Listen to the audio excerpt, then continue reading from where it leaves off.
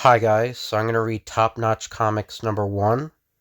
So in the previous issue of Pep Comics, I think Pep Comics number 4, in that story there was a character named the Wizard that appeared, which is one of the first superhero crossovers in the S.H.I.E.L.D. story. So I'm going to read his first appearance in this issue. So Top Notch Comics. In this issue, the Wizard, the man with the super brain. The Wizard, the man with the super brain. He solves all plots against the government, but the plotsters cannot solve his plot against them. Blaine Whitney, great-great-grandson of General Stephen Whitney, who was Washington's chief aide in the Revolutionary War, is entertaining a group of Cafe Society friends at his Park Avenue home. "You are wanted on the phone, sir. Long distance from Washington." "Thank you, Jeeves. Excuse me, Jane." "The Jacksonian government, eh? That's too important for discussion over the phone. Better tell me about it over the radio, Wave Scrambler." Repairing to his laboratory, the Wizard tunes in the Naval Intelligence microwave transmitter in Washington. The radio device, which scrambles the waves beyond recognition when broadcast and reassembles them when received, is the Wizard's own invention. "Just received information of Jacksonian plot to blow up American submarine fleet at base in Pearl Harbor, Hawaii. Investigate immediately." So what's kind of scary about this is this kind of actually predicts the Pearl Harbor attacks, because I think the Jacksonians are supposed to be analogs of Japanese people, of the Japanese army. So this is a prediction of Pearl Harbor, because this came out in 1939, and the Pearl Harbor attacks happened in December of 1941. So that's pretty eerie. But the Wizard's brother, Grover Whitney, who is chief of the Naval Intelligence Service, informs the Wizard of the plot. "Investigate. When did a Whitney ever fail the U.S. government? In an emergency?" "Did any member of the Whitney family ever fail Uncle Sam? In 1776, General Stephen Whitney, covering General Washington's retreat from Long Island at the head of the famous Pennsylvania line, clears the way to Valley Forge. In 1812, Captain Ambrose Whitney, in command of an American privateer, captures a British merchantman heavily loaded with munitions. In 1865, Major Thomas Whitney accepts General Lee's sword at Appomattox Courthouse in behalf of General Grant to end the war between the states. In 1870, James Whitney, federal Indian agent, signs a peace treaty with the Native Americans, putting an end to Native American raids for all time. In 1898, Ensign Thomas Whitney, Jr., a member of Lieutenant Hobson's valiant volunteer crew, is drowned in Havana Harbor after sinking the American gunboat in the narrow channel which coops up the Spanish Armada.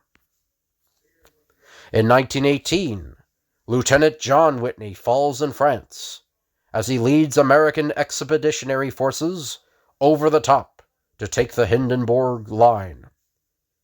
Thus we see that for 7 generations, at least one member of the family has served heroically the United States of America. Now to give it a test.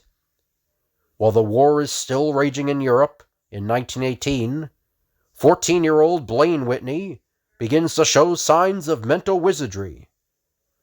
"If this burns through the steel, wow, we can sink the whole German Navy."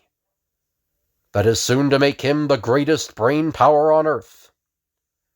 "Mr. President, this is the young man I told you about. Master Blaine Whitney."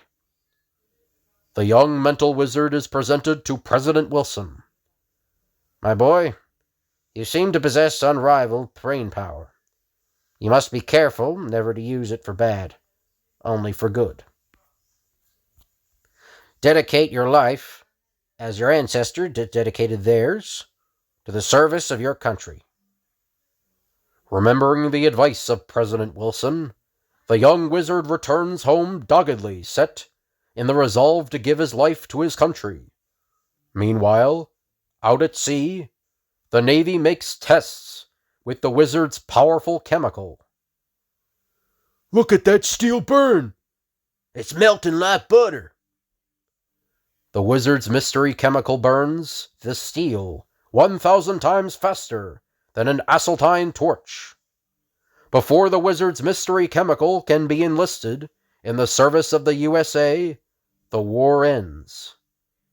Peace reigns over the world once again.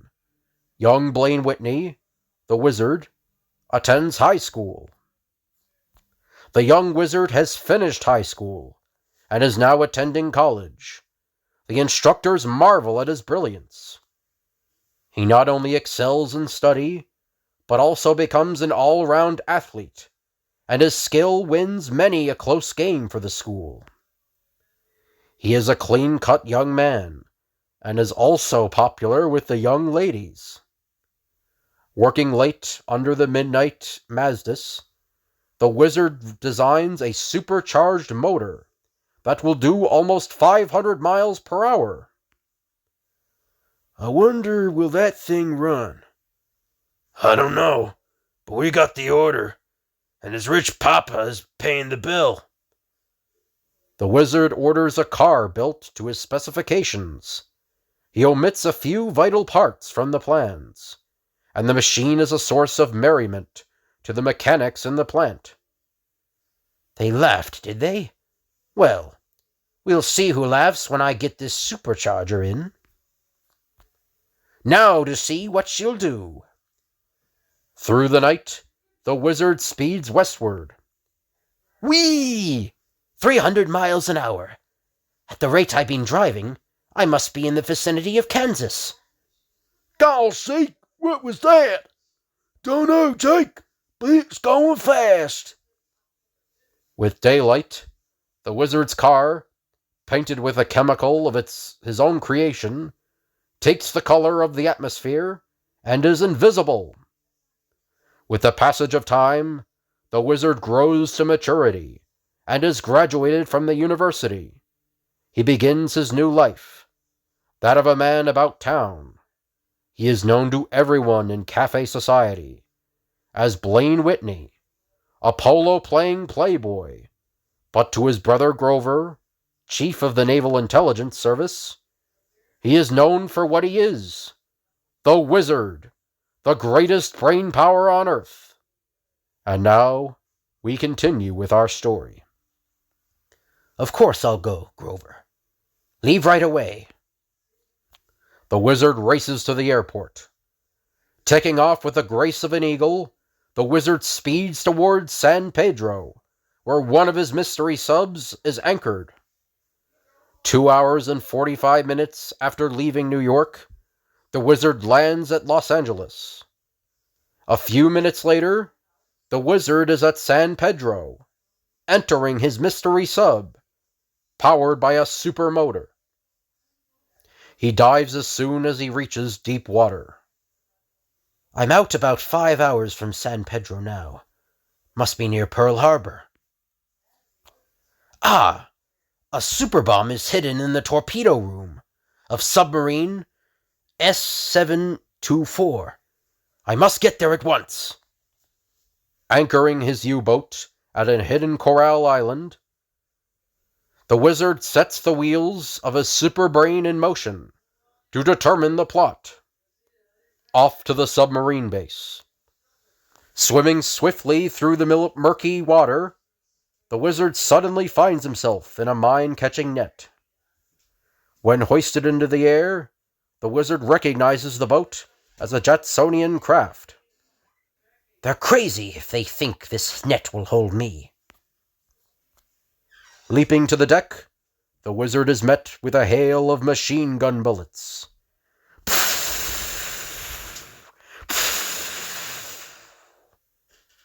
My high-velocity propulsion pistol is more than a match for their machine guns.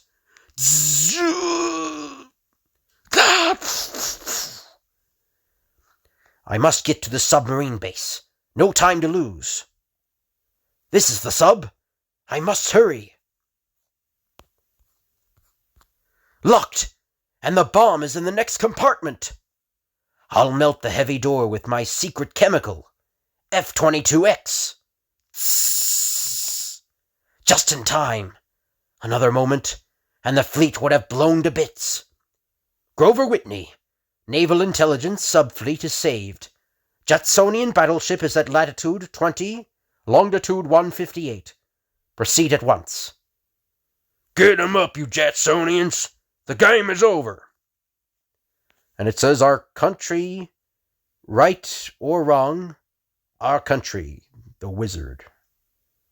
So I guess like the Shield, he's like a patriotic type superhero. But anyway, I hope you guys enjoyed the video. If you could like, comment, and subscribe, that'd be appreciated. If you want me to do any comic requests, just let me know down in the comments below, and I'll tell you the date I can do the request. Thank you all for watching, and I'll see you guys later.